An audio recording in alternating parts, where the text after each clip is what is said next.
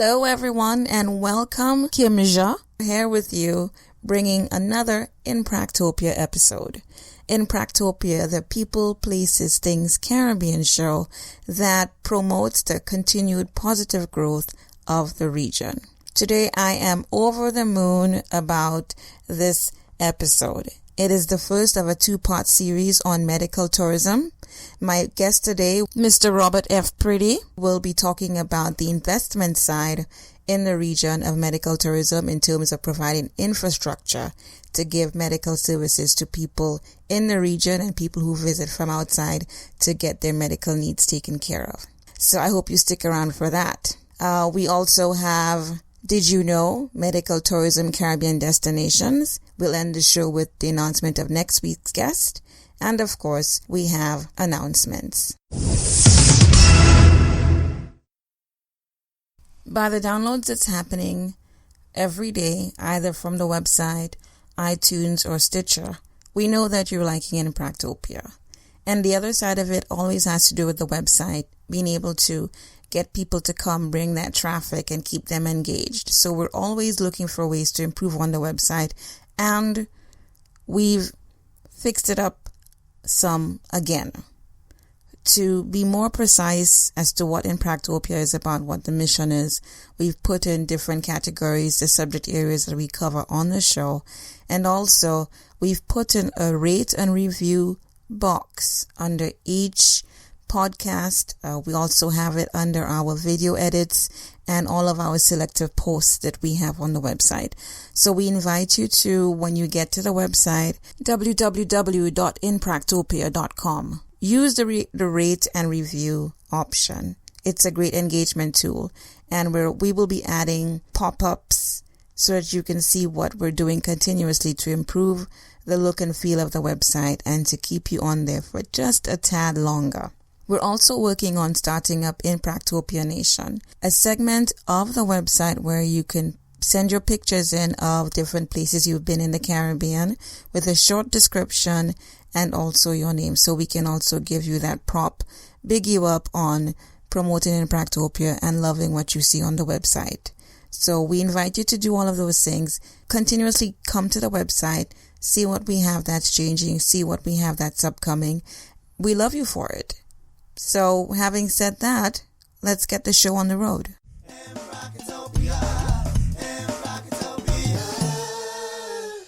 It's now time for Did You Know? Medical Tourism Caribbean Islands. Antigua, liposuction, reconstructive surgery, and colonoscopy. The Bahamas, gastric bypass, cancer treatment, and kidney transplant. Barbados, fertility treatments. Bermuda, prostate treatment, dental and cosmetic surgery. Cayman Islands, cardiac surgery, cardiology, and orthopedics. Turks and Caicos Islands, hip replacement. And there you have it, services offered in the different islands for medical tourism. And of course, there are more islands coming on board, offering even a wider range of services in the coming future. So there's the possibility of the Caribbean adding on to its great attributes and its great abilities is, for me, just a marvelous thing. And now I invite you to listen to my chat with Mr. Robert F. Priddy, co-founder and president of American World Clinics, talking about the opportunity that they've taken on to provide world-class health service facilities in the region. Tell us what American World Clinics is all about. American World Clinics is really about establishing the first truly global brand in healthcare delivery.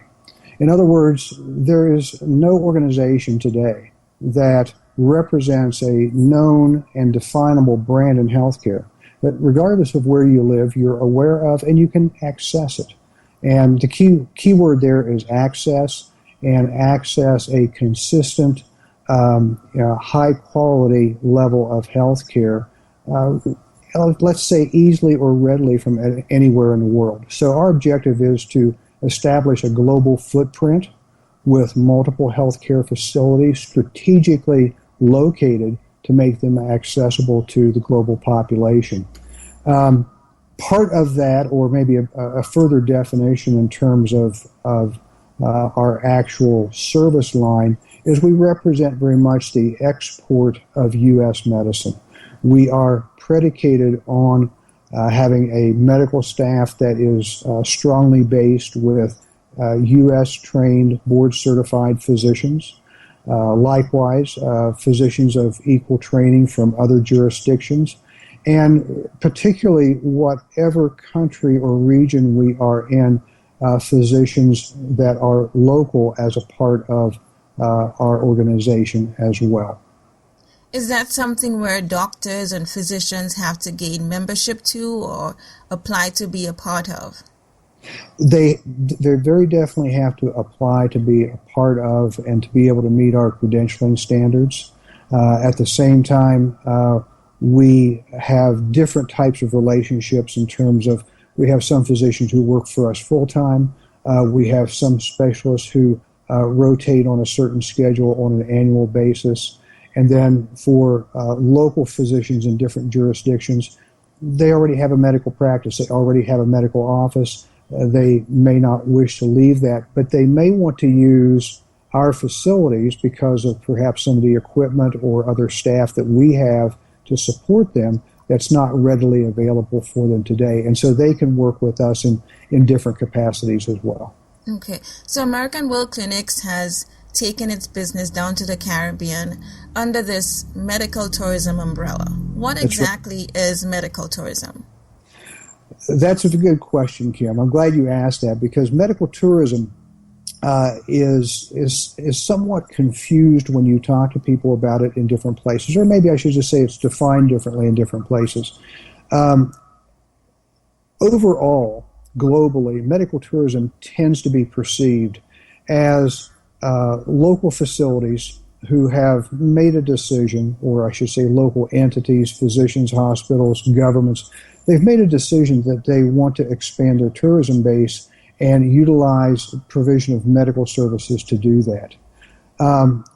We see that model as being somewhat at conflict with local health care, that very often resources, facilities, physicians are taken out of the local market to do this, and we believe that a different model is more successful, not just for us, but for the local community as well, because we focus on medical tourism. We focus on local patients who are currently leaving the marketplace.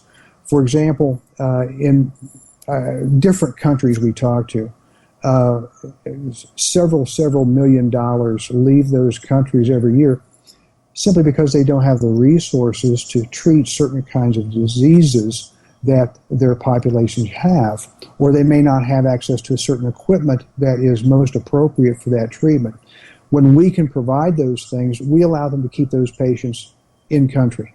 And that saves the country and the patient significantly, both in terms of real dollars, but also in terms of time and the hassle factor. If you don't have to travel outside your country to get care, if you can stay in your own home while you're getting care, it's much more comfortable and convenient. The other thing we see is this. In many Caribbean nations, there are populations, individuals in there, a lot of high net worth individuals who do regularly travel to places in the United States, in Canada, in the UK or Western Europe for their medical care. Our conversations with those people have indicated that they would prefer to come to us because they're going, again, for certain specialized types of services or for a certain type of physician that may or may not be available in the home country. If we can provide those services, those specialties, those types of physicians, they would rather stay locally. So that really it eliminates a certain foreign exchange drain that some of these countries are seeing today. Bob, I'm so glad you're saying that and focusing on the local people being able to take advantage of specialized treatments in their homes. Because I've done quite a bit of reading on medical tourism, and there are a lot of people who are, I don't know if they're against it, but they tend to take the slant that medical tourism is for people from the US, from Canada, from the UK to come to the Caribbean and get to get that medical attention, but that local people don't have access to it.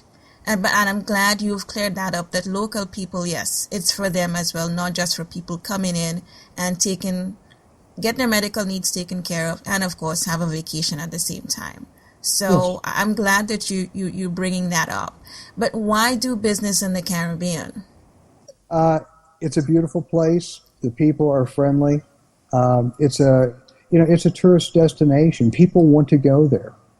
What's happening, and it's interesting. I'll digress maybe just a little bit in terms of answering your question, but what's happening is overall around the world, globally, traveling tourist populations are getting older, and those individuals are concerned about their health care. Mm-hmm. We've talked to other developments who've told us that they are experiencing a tourist challenge in that some of their past clients are coming to visit with them because they're concerned about their health care and the ability to get coverage or to manage a chronic condition.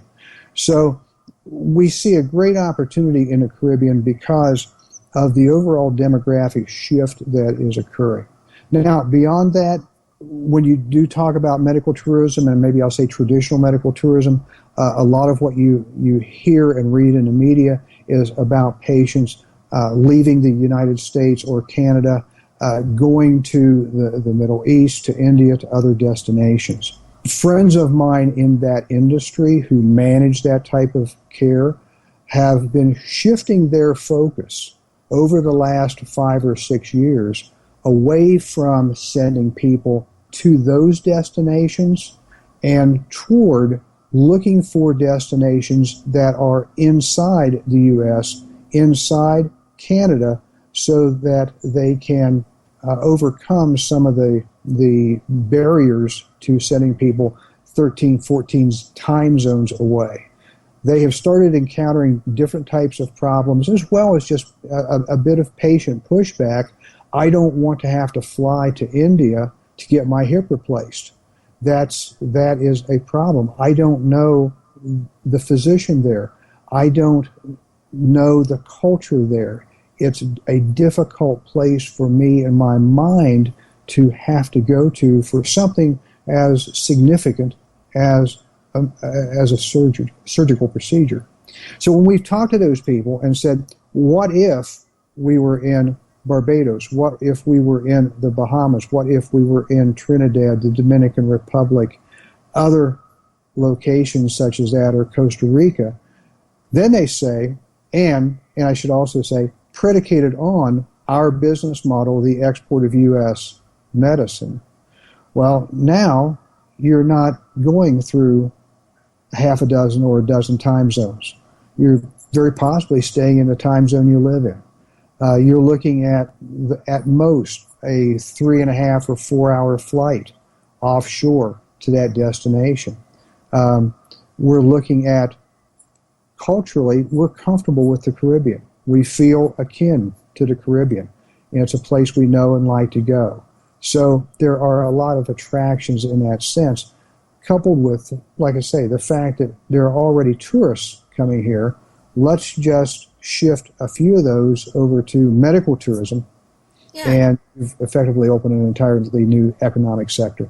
And I was going to ask you about the benefits, but I think you've covered them. There's the shortened travel time, staying in your time zone. Of course, the Caribbean being wonderful, people already come use it for tourism.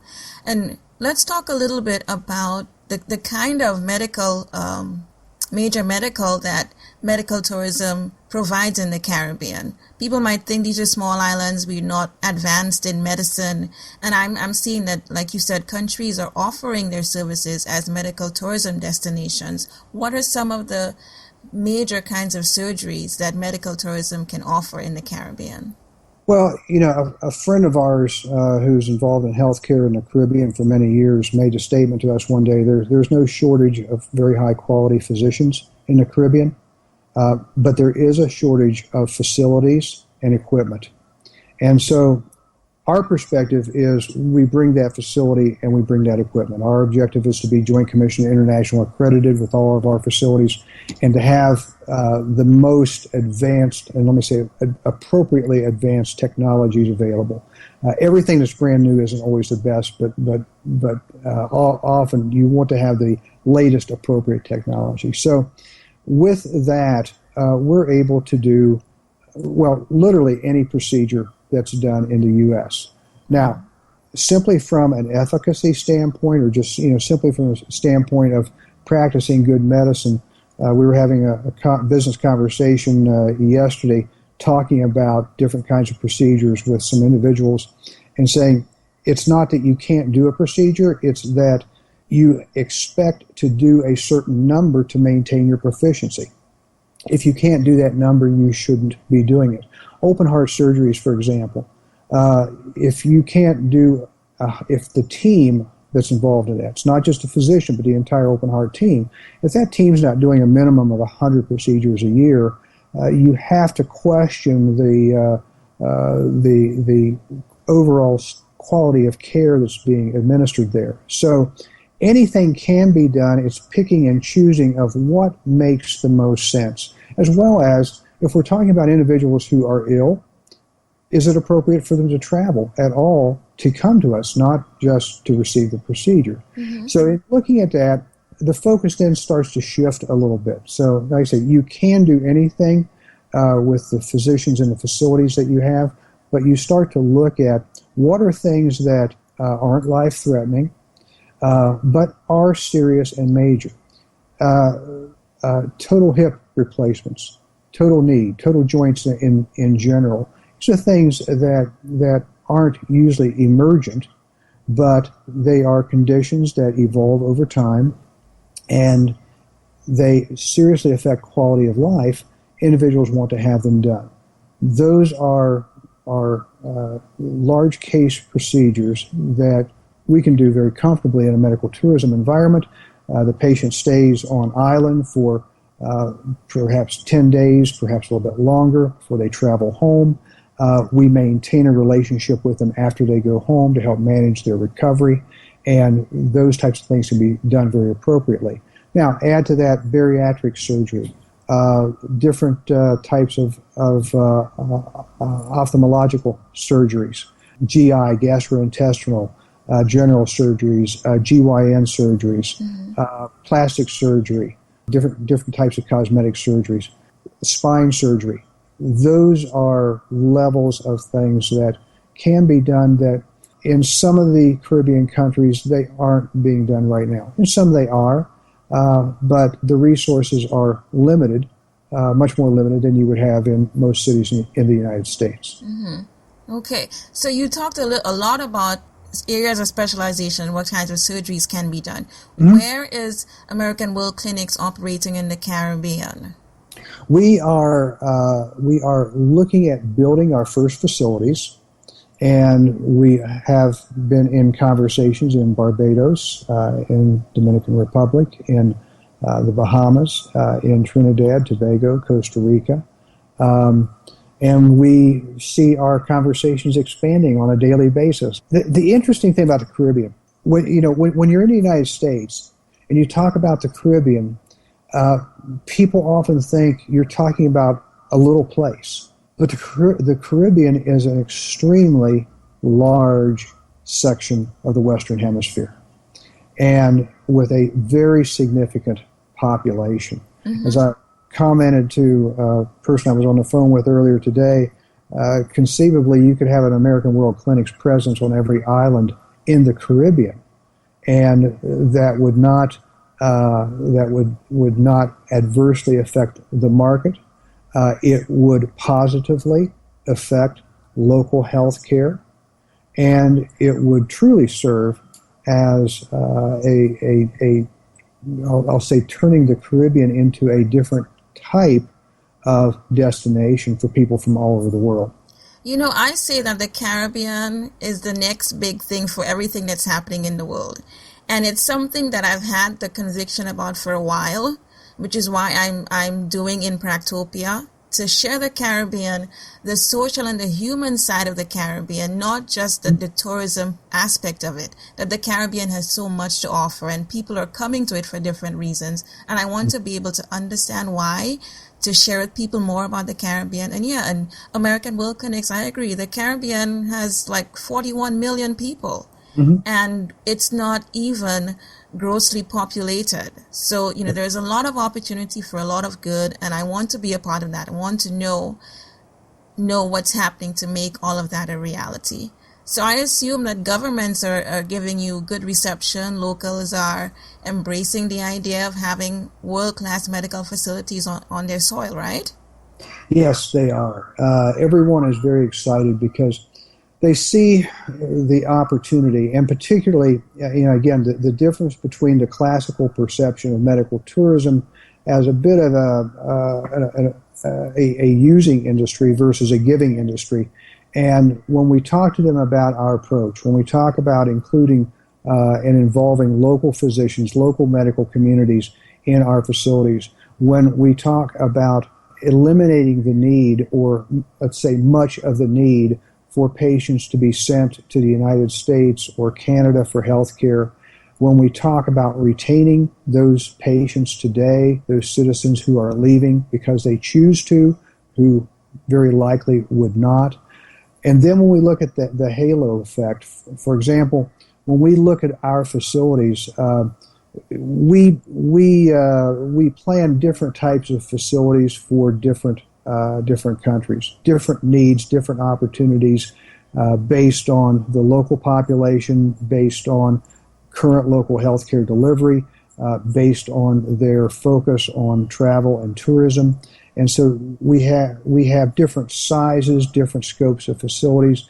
We've developed with some of our architectural advisors sort of a modular approach to developing a hospital presence that has a certain core that is surgical specialty focused, and to that core we can add different types of components to fit the needs of the local community or the host nation.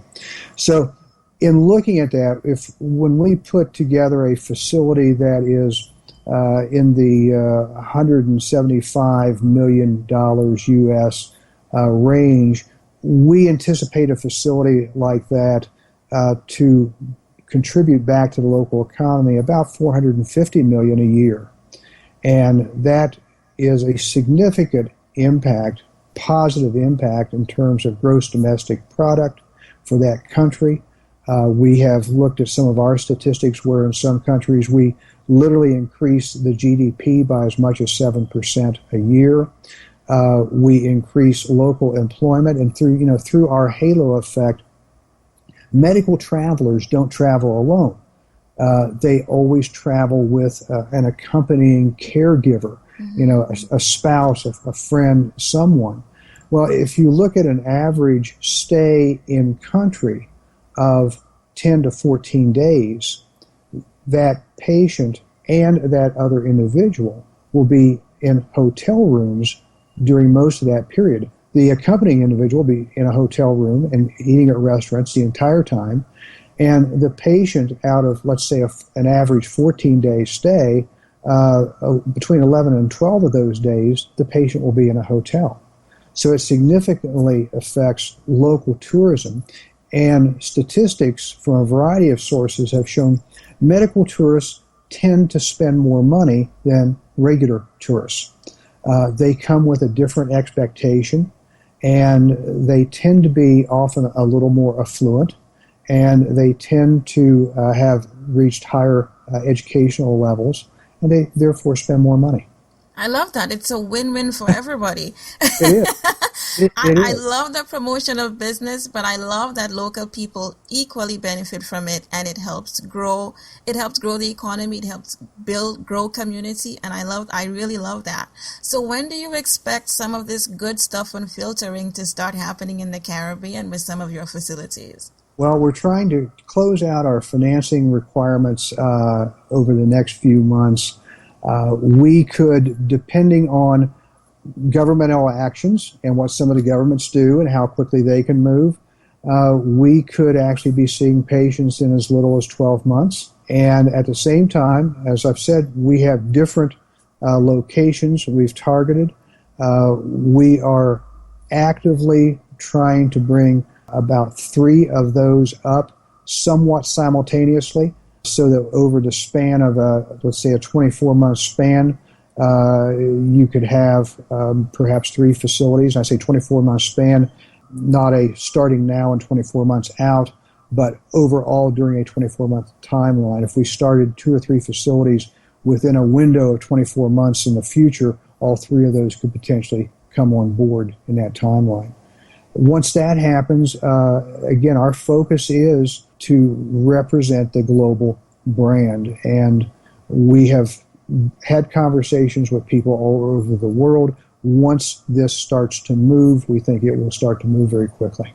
And once that happens, American World Clinics really does take charge of the marketing and driving people to the Caribbean, driving people to those facilities to get the medical attention that they need. That's right. That's exactly right. I mean, the Caribbean can become truly a destination hub for health, wellness, and medicine. And that's our objective, is to be a part of that developmental process. Okay. What does the future look like for medical tourism in the region? Well, I think it's only going to grow and expand. That there are, global economic factors. At any given time in the United Kingdom, there are nearly 2 million people sitting in, quote-unquote, the queue to get into the National Health Service. A lot of those individuals are, I'm going to say like me, they're senior citizens or approaching senior citizens. I guess maybe I'm an approaching senior citizen who in the NHS are maybe the second level in terms of being able to access things like hip replacements, being able to access different types of surgeries. Oncology will be a significant focus for many of our facilities.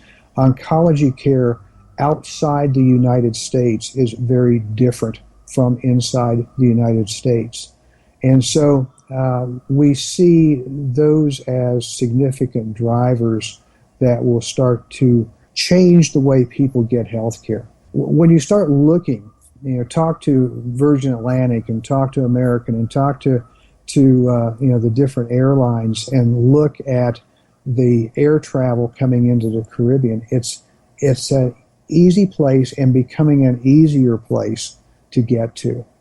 And so I think all of those factors come together. Health systems around the world are having trouble and causing them to ration care.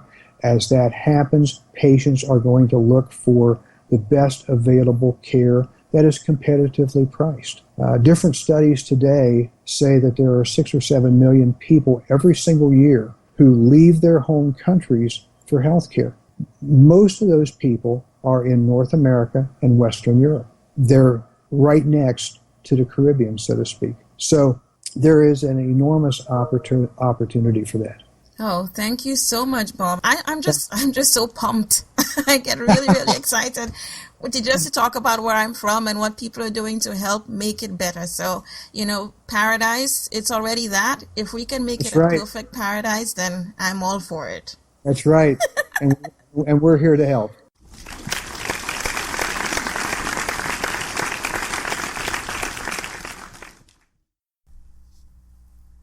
I can't say enough how happy I am that, one, Mr. Pretty even took my call, liked my pitch for Impractopia and what the show is about, and having this very informative conversation with me about medical tourism and what American World Clinics is hoping to be able to do in the Caribbean, his whole optimism for their ventures, and I know they will be very successful at it. He even went a step further in making that connection with Dr. Juliet Skinner, who's going to be my guest next week, to talk to me about the Barbados Fertility Center and what they're doing under medical tourism and the great achievements, the great things that they've been able to achieve in a few years. So I want to thank Mr. Priddy again for doing not one, but two great things for Impractopia. Now it's time for our Ode to the Caribbean quote. This one by Dr. Paul Angelchik, co-founder, CEO, American World Clinics, who said, "The opportunity for the Caribbean in general is that it carries a positive connotation in the view of many for having friendly people, natural beauty, and a reputation as an enjoyable, upscale destination with great visitor amenities in many locations. I have no doubt that the Caribbean can be a major region for medical tourism activities if there is follow-through on the initial buzz of enthusiasm that has defined the region to date." Well, I believe that medical tourism is going to be a force to be reckoned with in the Caribbean for many, many years to come. Next week, we have the second of our two-part series on medical tourism, and my guest will be Dr. Juliet Skinner, Director of the Barbados Fertility Center. And I hope you come around. As always, it's going to be very informative. I know you will enjoy that one. Well, that's our show for today. Don't forget always to download on iTunes and Stitcher. And of course, come to the website. You can listen to it there. Please rate and write a review on the episodes. Please make it more than one. And I will be right here next time in Practopia.